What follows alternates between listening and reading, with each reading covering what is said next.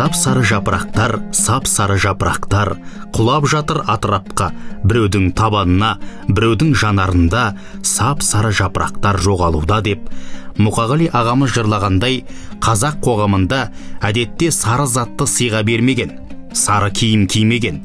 Әдет ғұрып бойынша сары түс ол сары уайымның, қайғының белгісін білдіреді деп пайымдаған.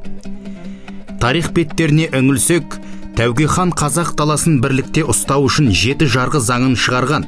Қосымша 7 жарғының 7 ауыр айыбын бекітсе, осыдан бөлік ең ауыр айып ол руынан, аталастарынан қуу болып саналады. Кезінде Махамбетті өлтірген досы ақыласты елінен қуғанда, жапан далада тұрып, сары уайымға батып, күйіктен өліпті деседі. Жазаның ең жеңілі ол құн төлеу болып табылса, осының ішінде сары жаулық деп аталатын құн түрі бар. Қазақ даласында неше түрлі жағдайларда кісі өлтіру орын алып тұрды.